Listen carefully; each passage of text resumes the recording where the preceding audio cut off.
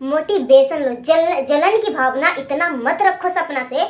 आपने तो सपना की जो कमाई का सोर्स था उसी को खत्म करने की बातें बोली थी कि मैं सपना का चैनल खत्म कर दूंगा। सपना के पास तो आप कुछ आस भी नहीं है कि हमारा पति एक दिन आएगा, मगर आपको तो आस है ना कि हमारे पति एक दिन आएगा, हम अपने पति को अपने कब्जे में कर सकते हैं, अपना परिवार जो है समेट सकते हैं। इतना तो आस है ना, दिल में इतना तो तसल्ली है ना। मगर सपना को वो भी तसल्ली नहीं है कि मेरा पति अब आएंगे, राजवीर जी आएंगे, सूरज जी आएंगे। सपना को वो भी तसल्ली नहीं है। मगर इतना कैसे गिर सकती है जेठानी, इतना। मगर यहाँ तक की बातें तुमने सोच रखा था कि सपना का चैनल उड़ाने की बात, छी थू है ऐसी औरत पे। दोस्तों आप सबको स्वागत है Aditya and Ajay blog channel पे। थंबनेल और टाइटल देख के आप समझ गए होंगे कि हम किसके बारे में बात करने वाले हैं। तो बोलती है कि शकुनी मामा फीमेल डॉग पाल रखे हैं और मुझे कुत्तों की दांत निकालना आता है। ये जेठानी जी बोल रही थी कि मैं डॉक्टर हूँ, आई एम डॉक्टर। बाद में पता चला है जेठानी जी डॉक्टर क्या रहेगी, ये तो कुत्ता का डॉक्टर निकली, कुत्ता का डॉक्टर जेठानी। और पहले तो जेठानी से मैं ये बोलना चाहती हूँ कि जेठानी जी जाके अपना पहले दिमागी रूप से इलाज करवाओ, क्योंकि आपका दिमाग जो है सही नहीं है। पागलपन का आपका दौरा पड़ा हुआ है। कुछ भी बोलती हो, कुछ भी समझ में नहीं आता है। ये जो जेठानी है, इस औरत को जिसने सपोर्ट किया, इसी को पीठ पीछे वार किया। वो बोल रही थी कि कुछ लोग जो हैं राजू भैया का मौत पे ही चैनल खड़ा कर दिया। तो इसमें जेठानी जी तुम कहाँ पीछे रही, तुम भी तो सपना के नाम पे व्यूज बटोर ही रही थी, लेट ही सही मगर बटोरा तो सही। कितना खुश हो रही थी कि इतना जल्दी हमारा इंकरेज हो रहा है, हमारा यूट्यूब चैनल। खुशी हमारे क्या बोलते शॉर्ट वीडियो भी डाला था। शकुनी मामा हमें पता नहीं था कि फीमेल डॉग भी पालते हैं, मगर मैं भी डॉक्टर हूँ, मुझे भी दांत निकालना आता है। इस औरत को जो सपोर्ट करता है उसी को डॉग बोलती है। इस औरत को इतना भी पता नहीं है कि मेरी वीडियो कौन कौन लोग देखता है और मैं किस लैंग्वेज का इस्तेमाल कर रही हूँ। कभी कभी तो मेरी जेठानी के ऊपर मुझे हंसी आती है, दया आता है कि सच में जेठानी जो है सच में अपने आप को बोलती है मैं बहुत ज़्यादा इंटेलिजेंट हूँ, मैं बहुत ज़्यादा होशियार हूँ, मैं अपने परिवार को समेट सकती हूँ, मैं अपने परिवार को बिखरने नहीं दे सकती हूँ। जब जेठानी की असलियत पता चलती है तो पता चलता है कि अपने पति को कोर्ट में जाकर बोलती है, जब इसका डिवोर्स फाइल कोर्ट में पेशी हुआ तो उस टाइम अपने पति को धमकी देती है कि अब तेरा औकात दिखाऊंगी। ये औरत जो है जिसकी मेंटेनेंस पे एक पल रही है, अभी शादी के बाद भी जिसकी मेंटेनेंस पे पल रही है, बाई रख रखी है, एक बच्चा इस औरत से जेठानी से नहीं संभल रहा है। ये एक नौकरानी से, काम वाली बाई से काम करवाती है, बस सिर्फ बच्चा और एक खुद। जब दो बंदे अपने आप को, दो लोग नहीं संभाल पाते हो, जब खुद के लिए जेठानी जी खाना नहीं बना पाओगे, अपना बच्चा को केयर नहीं कर पाओगे, तो आप ज़िंदगी में क्या करोगे। और आप जो डॉक्टर हो ना, अभी आप प्रोफेशनल नहीं हुए हो, प्रैक्टिस के लिए जाते हो क्लिनिक में, उसमें भी क्या 1 से 2 घंटे के लिए प्रैक्टिस के लिए जाते हो। फिर 2 घंटे प्रैक्टिस में आपका एक बच्चा, एक बेबी नहीं संभाल रहा है। छी लानत है। और मुझे बहुत ज़्यादा गुस्सा इस बात पे आया कि आपने सपना का चैनल उड़ाने की बात कही थी कि सपना का चैनल ख़त्म कर दूंगी। आप सच में इंसान नहीं हो, सच में आप पागल हो चुकी हो। आप अपना पहले इलाज करवाओ। मतलब तुम क्या बोल रही हो जेठानी, तुम्हें खुद पता नहीं है कि सपना की ज़िंदगी में कितना बड़ा दुखों का जो वज्रपात गिरा है, उस दुख को भरपाई कोई नहीं कर सकता है। मगर फिर भी जो है सपना भगवान को साक्षात मान के फिर से भगवान भरोसे हिम्मत बांधती है और अपने बच्चों के लिए उठ खड़ा होती है और अपने सास ससुर को सेवा करती है।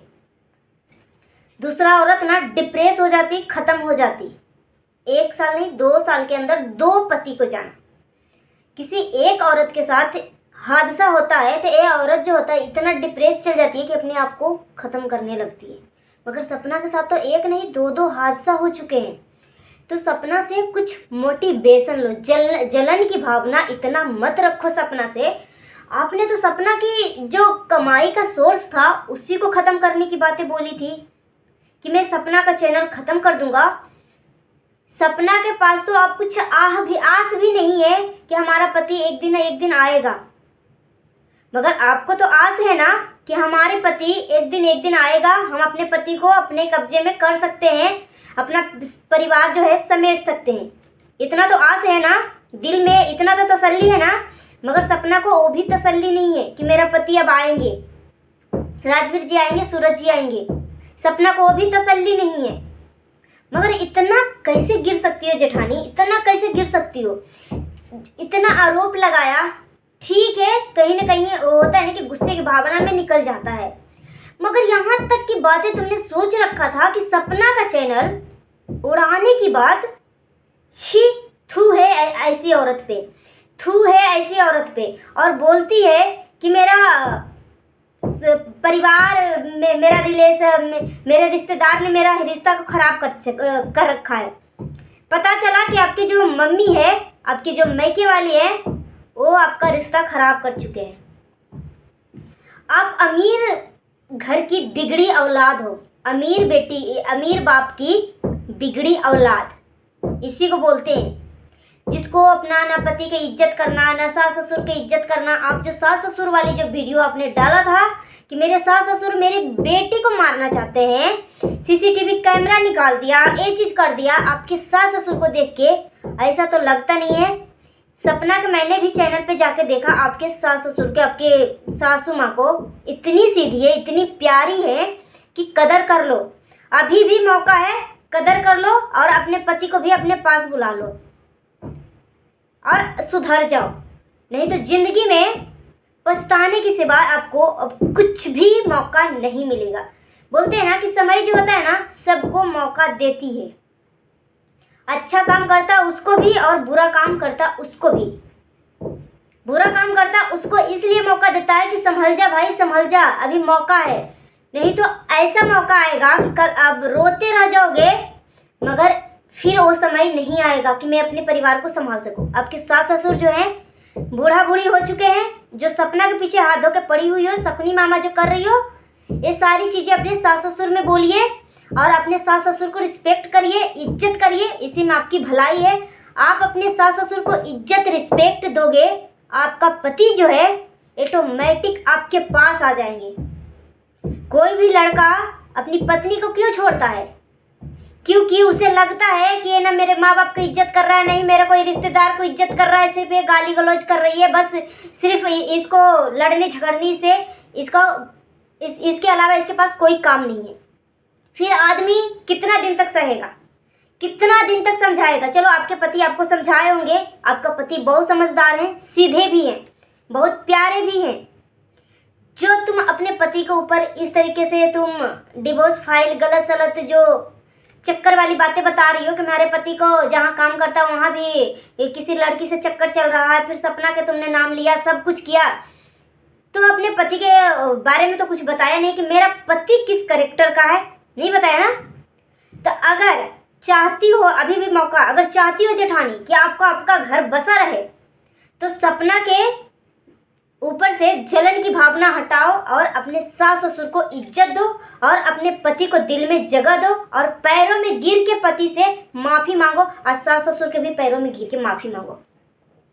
क्योंकि अगर सास ससुर आपके खुश रहेंगे, पति जो है ऑटोमेटिक आपके पास खिंचा आएगा। समझ गई? आपका रिश्ता क्यों टूटा?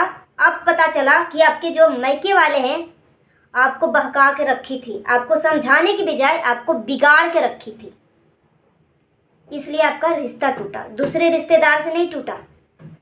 गोत्र क्या है नहीं है उतना तो हम नहीं जानते हैं, मगर जिस हिसाब से आपकी शादी हुई थी, परिवार खुश था, फिर बाद में डिवोर्स हुआ, तो आपके मैके वालों और आपके अंदर जो घमंड है उसके वजह से आपका रिश्ता टूटा। तो आप कुत्ते की डॉक्टर हो जेठानी कि क्या चीज़ के डॉक्टर हो, बता देना। वैसे तो सबको पता है कि आप झोला छाप डॉक्टर हो, ना ही आपका एजुकेशन का लहजा दिख रहा है, ना ही आपके माँ बाप के संस्कार का लहजा दिख रहा है, सिर्फ घमंड दिख रहा है और अमीर बाप की बिगड़ी औलाद दिख रहा है, और इसके अलावा कुछ नहीं। इसलिए जेठानी मैं रिक्वेस्ट करती हूँ और भगवान से प्रार्थना भी करूँगी कि आपका घर बस जाए और अपने आप को तुम सुधार लो। और सपना के ऊपर से जो जलन की भावना थी ना, चैनल उड़ाने की बातें बोली ना, सच में मतलब लग रहा था कितनी गिरी हुई है औरत है कि राजू भैया के मौत पे एक कैसी मतलब रिश्तेदार है कि इतना बड़ा हादसा हो गया उस परिवार के साथ। ये ना मिलने गई, ना ही दो लफ्ज उसके मौत के ऊपर कुछ बोला। सपना के बर्थडे था, बर्थडे के गुड विशेस भी नहीं दिया। ये औरत के अंदर इतना जलन की भावना है जेठानी के अंदर कि जेठानी अगर तुम चाहती हो कि जीवन में खुश रहे तो जलन की भावना दिल से निकालो और अपना दिमाग का इलाज करवाओ। सो गाइस, अपना ओपिनियन हमें कमेंट बॉक्स में दीजिएगा। मिलती हूँ नेक्स्ट वीडियो में। Thanks for watching. जाते जाते मैं बोलना चाहती हूँ, सावधान रहें, सुरक्षित रहें, सतर्क रहें। अगर आप सावधान सुरक्षित रहेंगे तो हमारे देश में क्राइम होने से काफ़ी हद तक बचाव हो सकती है। मिलती हूँ नेक्स्ट वीडियो में। Thanks for watching. जय हिंद, जय भारत।